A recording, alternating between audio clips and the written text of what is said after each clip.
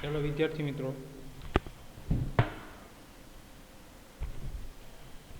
હવે આપણે ગ્રાફની ચર્ચા કરવાની છે આજના લેક્ચરમાં. સ્થિતિ ઉર્જા, સ્પ્રિંગની સ્થિતિ ઉર્જાના ગ્રાફ વિશે જોવાનું છે.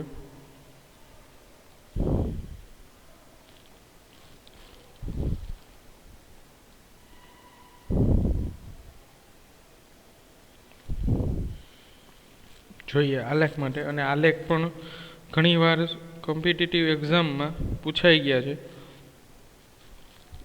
સ્પ્રિંગ માટેનો, તો ખાસ ધ્યાન રાખવાનું છે વિદ્યાર્થી મિત્રો. અને ત્યારબાદ આપણે એની સ્થિતિ ઉર્જાની સરખામણી ગતિ ઉર્જાના સમીકરણ સાથે કરવાની છે.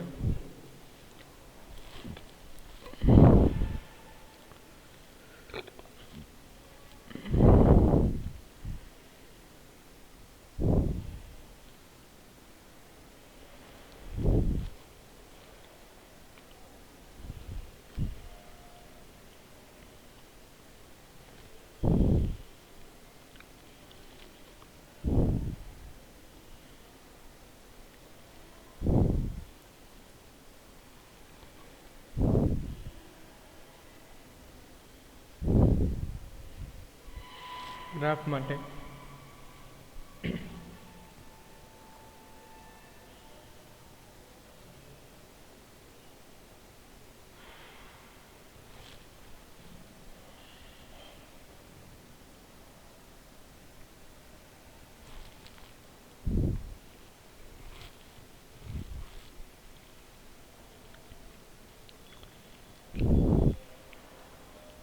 એફ વર્સિસ એક્સ નો ગ્રાફ દોરવાનો છે. પુનઃસ્થાપક બળ અને સ્થાનાંતર વિરુદ્ધ આલેખ ડ્રો કરવાનો છે. એટલે વાય અક્ષ ઉપર એફ આવશે અને એક્સ અક્ષ ઉપર સ્થાનાંતર આવશે.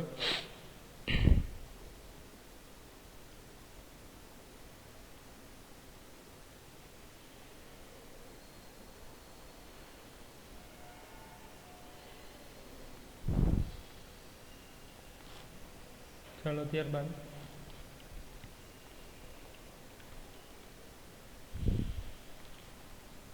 ગ્રાફ પહેલા ડ્રો કરીએ, પછી એનું સમજીએ.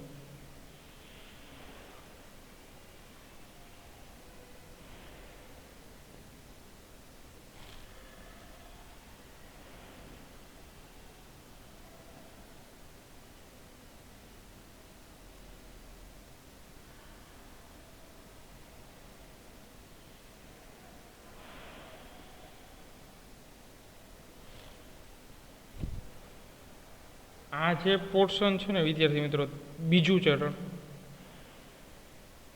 એ માઇનસ કે એક્સ આવશે. એફએસ બરાબર માઇનસ કે એક્સ. અને આ જે છે એ પ્લસ તરફ ચોથું ચરણ માટે. તો આટલું ક્ષેત્રફળ છે એ કવર થાય છે, એટલે એટલી સ્થિતિ ઉર્જા સંગ્રહ થાય છે ક્ષેત્રફળ જેટલી. તો કેટલું આવશે સ્થિતિ ઉર્જા? માઇનસ કે એક્સ સ્ક્વેરના છેદમાં 2. હું લખી શકાય. આ અક્ષને સ્થાનાંતરની અક્ષ કહેશું, આ બળ માટે પુનઃસ્થાપક બળ. અને આ જે છે ઈઓ.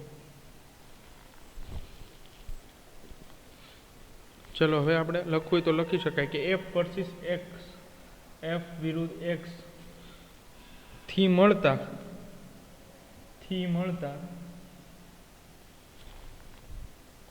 ત્રિકોણના ક્ષેત્રફળ, ત્રિકોણના ક્ષેત્રફળ પરથી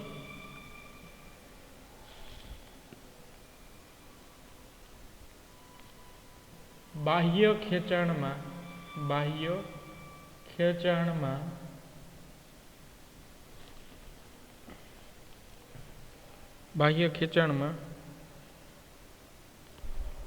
બળ એફ, બાહ્ય ખેંચાણમાં બળ એફ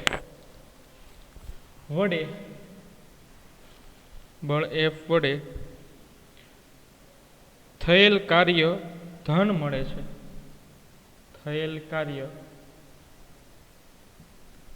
ધન મળે છે.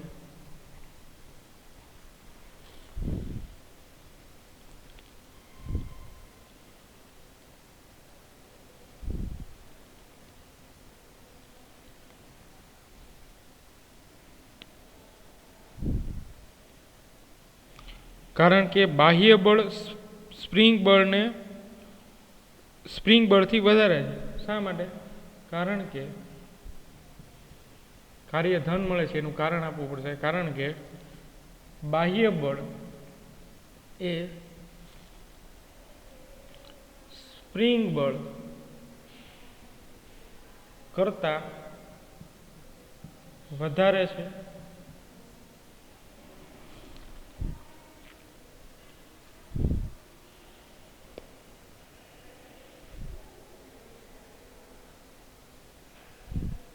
હવે જો સ્પ્રિંગને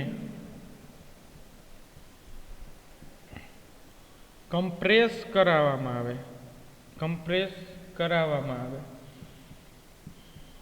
આવે ત્યારે સ્થાનાંતર ઋણ મળે છે. વિદ્યાર્થી મિત્રો, જો સ્પ્રિંગને કમ્પ્રેસ કરવામાં આવે ત્યારે સ્થાનાંતર ઋણ મળે છે.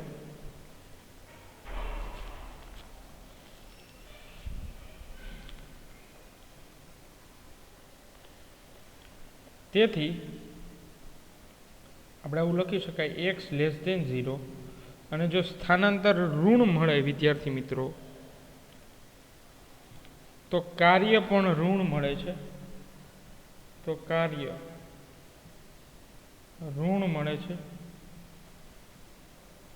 એટલે w લેસ ધેન 0. તો કાર્યની ફોર્મ્યુલા શું છે? w equal to minus k x²/2. જેટલું કાર્ય થાય છે આટલું ઋણ કાર્ય થાય છે જો કમ્પ્રેસ કરવામાં આવે તો. લ્યો, ચલો રેડી.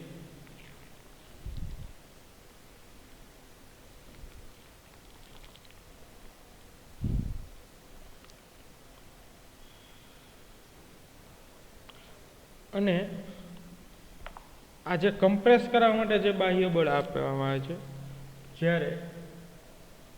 જ્યારે સ્પ્રિંગને કમ્પ્રેસ કરો ત્યારે રિકોઇલ ફોર્સ ઋણ મળે છે. પણ કમ્પ્રેસ કરવામાં જ્યારે સ્પ્રિંગને કમ્પ્રેસ કરવા માટે જે બાહ્ય બળ લાગુ પાડવામાં આવે છે તે બાહ્ય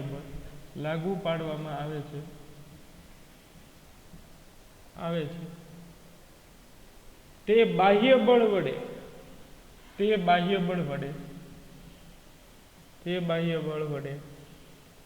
થતું કાર્ય એ ધન મળે છે. એ કેવું મળે છે વિદ્યાર્થી મિત્રો? ધન. એટલે w ગ્રેટર ધેન 0. તો એ કેટલું મળશે? અહીંયા લખીએ આપણે હાફ kx². પણ કેવું મળશે? ધન. ચલો રેડી વિદ્યાર્થી મિત્રો.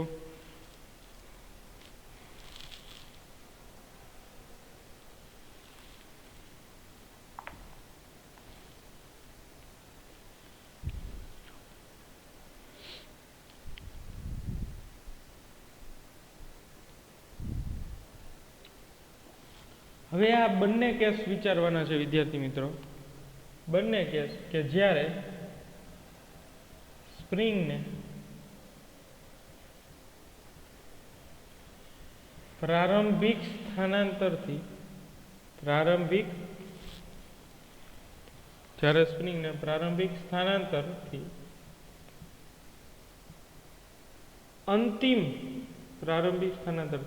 અંતિમ સ્થાનાંતર કરાવવામાં આવે ત્યારે જ્યારે સ્પ્રિંગને પ્રારંભિક સ્થાનાંતરથી અંતિમ સ્થાનાંતર કરવામાં આવે ત્યારે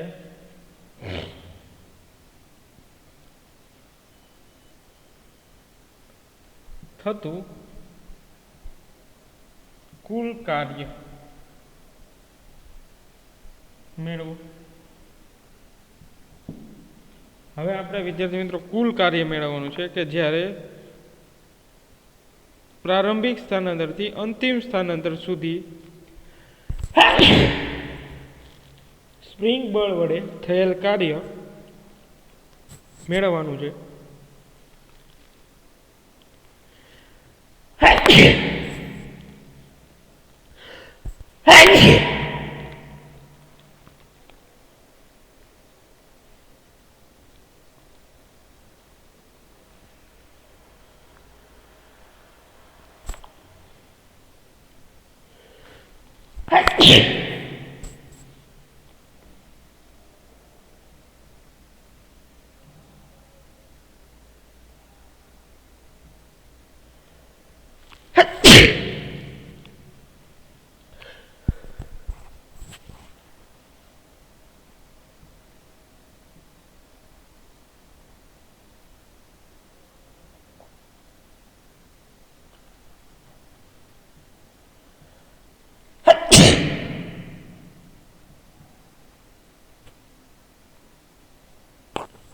જ્યારે પ્રારંભિક અને અંતિમ સુધી સ્થાનાંતર કરવા માટે કાર્ય એક્સ આઈ એટલે ઇનિશિયલ અને એક્સ એફ એટલે ફાઇનલ આ રીતે લેવાનું છે.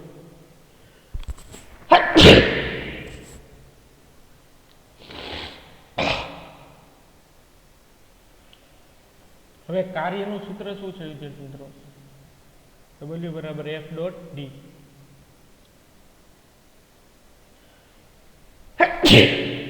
અહીંયા કઈ રીતે કાર્ય લેવાનું છે? W બરાબર ઇન્ટિગ્રેશન F ઇન્ટુ dx અને ક્યાં સુધી લેવાનું છે dx? નાના dx તો કે પ્રારંભિક થી અંતિમ સુધી એટલે એક્સ આઈ ઇનિશિયલ સ્થાનાંતર થી ફાઇનલ સ્થાનાંતર xf. ચલો આ રીતે જુઓ આરામથી.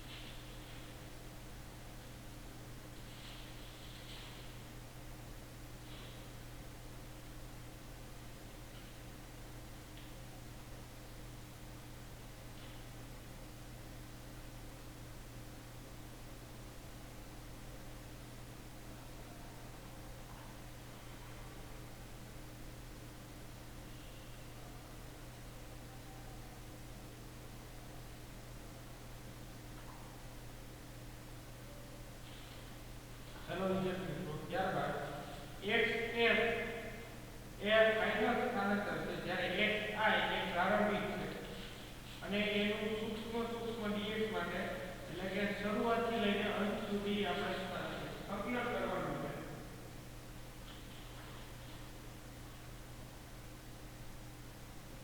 શરૂઆતથી લઈને અંત સુધી સંકલન કરવાનું છે.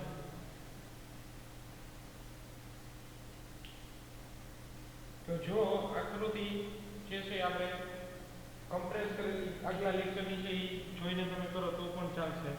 તો W equal to F equal to જે છે આપણે kx લખવાનું છે એટલે xi xf અને માઇનસ kx ઇન્ટુ dx થશે.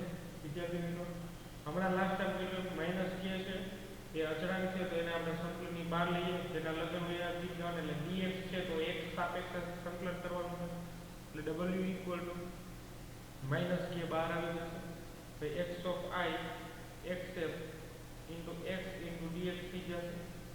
ચલો તો W ઇક્વલ ટુ અહીંયા આગળ આપણે વ્યાનું સંકલન કરીએ તો આનું સંકલન શું થશે તો કે 1 રેસ્ટ વધશે તો સંકલન શું થશે વિદ્યાર્થી મિત્રો? 1 રેસ્ટ વધશે વધેલી રેસ્ટ છેદમાં એટલે એક્સ સ્ક્વેરના છેદમાં 2 અને આગળ માઇનસ કે એક્સ સ્ક્વેર તો છે જ.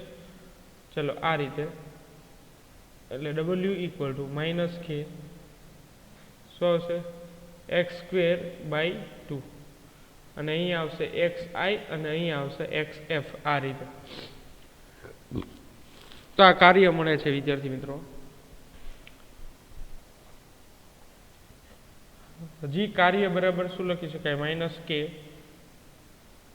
એક્સ એફ આમાં મૂકો અને એક્સ અહીંયા લ્યો એટલે ફાઇનલ માઇનસ ઇનિશિયલ એટલે એક્સ એફ નો સ્ક્વેર ના છેદમાં 2 માઇનસ એક્સ આઈ નો સ્ક્વેર ના છેદમાં 2. ચાલો થઈ જાય વિદ્યાર્થી મિત્રો. એટલે ડબલ્યુ ઇક્વલ ટુ માઇનસ કે એક્સ એફ સ્ક્વેર ના છેદમાં 2 માઇનસ એક્સ આઈ સ્ક્વેર ના છેદમાં 2.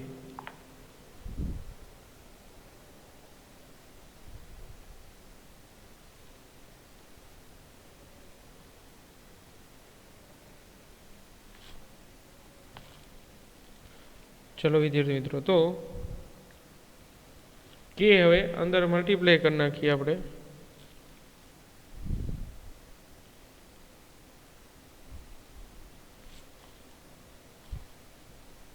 એટલે શું થશે માઇનસ એક્સ એફ નો square by 2 minus minus plus x I by 2 આમ થશે. હવે આને આગળ પાછળ લખીએ તો થોડું વ્યવસ્થિત મળશે. એટલે ડબલ્યુ ઇક્વલ ટુ શું આવશે એક્સ આઈ નો સ્ક્વેર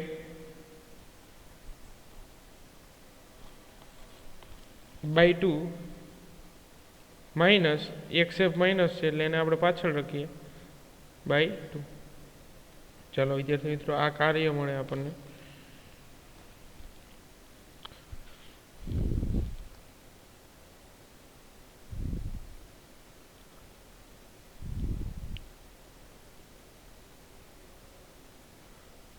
ચલો આ ખાસ યાદ રાખવાનું છે. હવે જો સ્પ્રિંગ બળ વડે થયેલું કાર્ય અંતિમ બિંદુ પર જ આધાર રાખતું હોય, જો સ્પ્રિંગ બળ વડે થયેલું કાર્ય, કારણ કે બળ છે એ સંરક્ષી છે, પ્રારંભિક અને અંતિમ પર જ આધાર રાખે,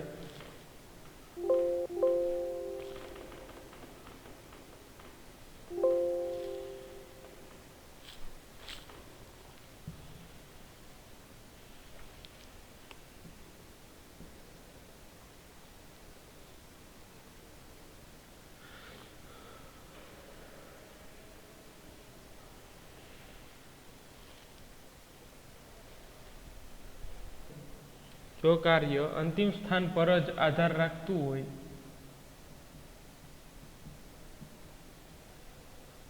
ત્યારે જો કાર્ય અંતિમ સ્થાન પર જ આધાર રાખતું હોય ત્યારે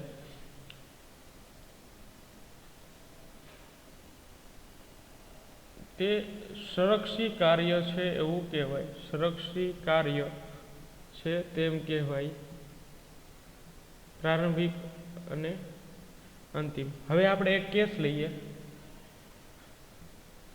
કેસ પેલો કે જો સ્પ્રિંગ ને ખેંચીને તેની મૂળ અવસ્થામાં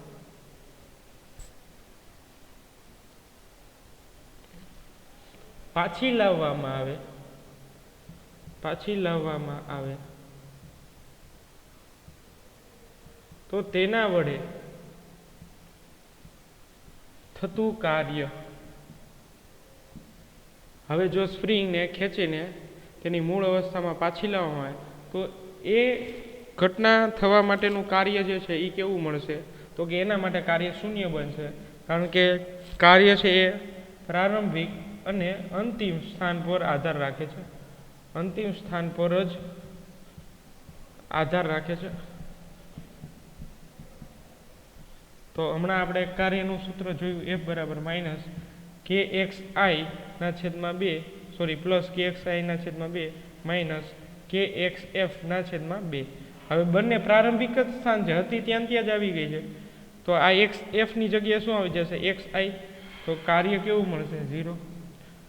તો જો સ્પ્રિંગ છે, જો સમજો અહીંયા સમજાવું તમે. કોઈ અહીંયા સ્પ્રિંગ છે એને હું ખેંચીને એમ માસનો બ્લોક છે એને ખેંચી છીએ પહેલાં અને પછી પાછું મૂકી દઈએ તો એની મૂળ અવસ્થામાં જ આવે છે કે શરૂઆતની સ્થિતિ અને અંતિમ સ્થિતિ બંને એક જ છે. એક્સ આઈ જેટલું સ્થાનાંતર થાય છે પ્રારંભિક અને અંતિમ, તો એના દ્વારા થતું કાર્ય જે છે એ શું થશે? શૂન્ય. એટલે પહેલાં સ્પ્રિંગ આગળ તરફ આવે છે, પછી પાછી હતી એ જ સ્થાને આવી જાય છે. તો સ્પ્રિંગના સ્થાનાંતરમાં કોઈ ફરક થતો નથી. સ્થાનાંતર જે છે એ 0 થાય છે, કારણ કે સ્થાનાંતર દિશા પર આધારિત રાખે છે. એટલે કોઈ એમ માસનો બ્લોક છે એની સાથે સ્પ્રિંગ અટેચ કરેલી છે, તો એ એમ માસનો બ્લોક પહેલાં આ બાજુ સ્થાનાંતર કરે છે, પછી આ બાજુ સ્થાનાંતર કરે છે, અને પાછો હતો એ જ પોઝિશન પર આવી જાય તો એના સ્થાનાંતરમાં શું થશે? 0. જો સ્થાનાંતર 0 થશે તો આ સ્થાનાંતરની જગ્યાએ કિંમત 0 મૂકી દો તો બધું 0. તો કાર્ય પણ કેવું મળશે? 0. એટલે કાર્ય શા માટે 0 મળે? કારણ કે સંરક્ષી છે. કાર્ય કેવું છે? સંરક્ષી. એ પ્રારંભિક અને અંતિમ સ્થાન પર જ આધારિત હોય એટલા માટે એ શૂન્ય મળે છે. ચલો વિદ્યાર્થી મિત્રો સમજાય? તો આજના લેક્ચરમાં આપણે આટલું રાખશું. નેક્સ્ટ લેક્ચરથી આપણે આગળ જોશું.